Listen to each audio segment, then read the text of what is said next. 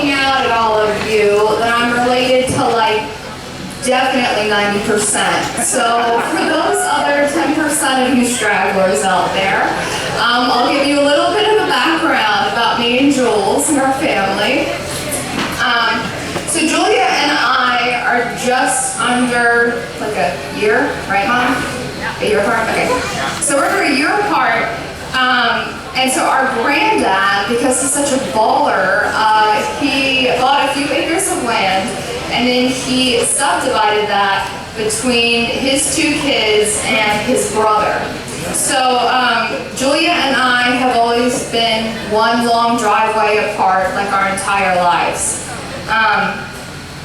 And so I would always go take Kendall's, and there was always the four of us. It was Julia and I, and then our two younger brothers, Owen and James.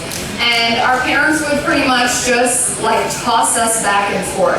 It was like, you take the two girls, I'll take the two boys, but also no one wanted the two boys. Owen and James are literally terrible. And so,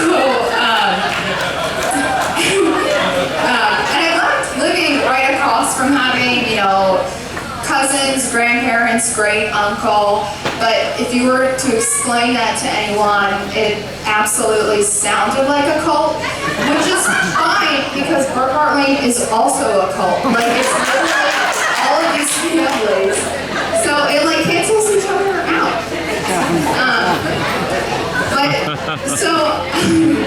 So my house, it was full. There's 7 of us. I have 6 siblings. And so our house was quite literally, in every sense of the word, a jungle. And so I would make my sweet escape up to Aunt Kendall's house, where there was civility, you know, open bathrooms, access to toys that weren't like 8th generation hand-me-down.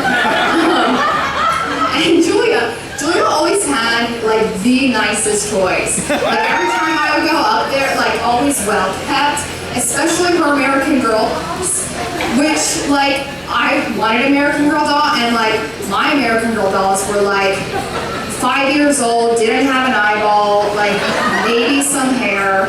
And Julia, I would walk into Julia's room, she'd be like brushing her American Girl doll's hair, like using some leave-in spray, like just washed it with some L'Oreal. Meanwhile, like my own hair was repping like 3-day-old Dove Men 3-in-1.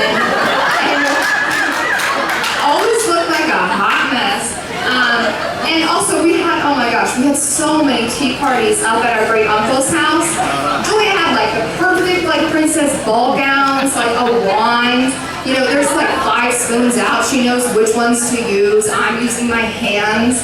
Like, she always knew what to do, had like perfect manners, so organized, and like so much of that transferred into her adulthood as being so organized with school, so diligent, you know, always care about her grades. And Julia, if you know her, if she wants to get something done, she gets it done. And she'll get it done her way, or it's not going to get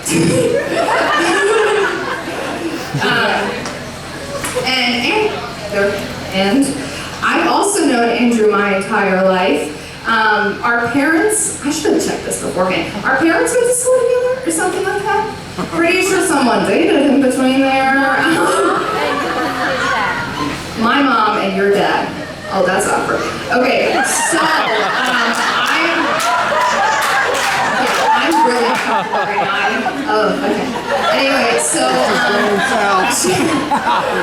Julia and I and Andrew, we would play this game. I don't know if you guys remember this, but you're about to. We would play this game in my dad's backyard that we strategically named Marriage as 6-year-olds. And you know where I'm going with this based on the brilliant name we gave. The goal was to get married. And usually in a game like that, there's pretty much 2 main characters and 1 person getting the short end of the stick. And I'll tell you right now, it wasn't the bride and the groom, okay? So we would play this game all the time. All the time. So we would come over and play, and it was like, all right, marriage again? And I was like, you know what, guys? Let's try to negotiate something else.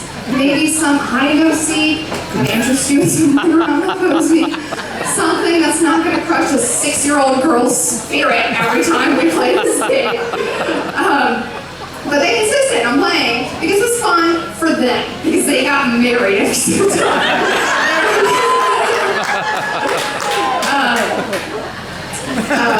But Julia and Andrew, they've always been close friends growing up. You know, even through dating other people, you know, Julia would be dating other guys and they would still be talking. And there's one specific memory I have where Julia was dating this guy and she was talking to me about how, it's uncomfortable.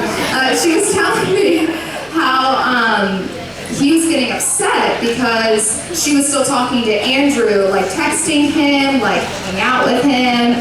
And Julia was like, I don't get it. Why is he so upset? And he was like, Julia.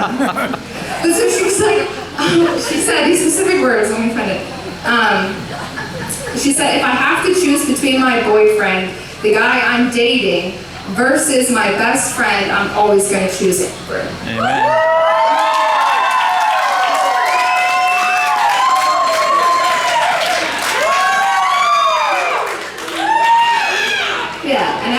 Like wiping away the tears from that. I was like, that seems pretty significant, Julia. But you know, didn't faze her, and I feel like, you know, at that time, everyone knew Julia was going to marry Andrew except for Julia. So people would ask me, Julia would get a new boyfriend, and they were like, you know, Claire, what do you think of him? Like, how's his character? And I was like, irrelevant. Stop talking to me. It doesn't matter because he's not Andrew. Like, it didn't matter. And it would happen a lot. But once they did finally start dating, then everyone was like, all right, because our families are so close, understandably, they were like, Claire, isn't there a little something a little illegal going on here, little bloodlines getting across? And I was like so tired of explaining it because I also can't explain it right, but I was like, I won't tell the people. But in all seriousness, I'm so blessed to be a part of this day and in such a unique position where I'm able to be, I've seen them grow up together, I've seen them form this unbreakable childhood friendship that is now turned into a promise today to love each other until they breathe their last breath. And so I'd like everyone to raise their glass, and we'll make a toast to the happy couple.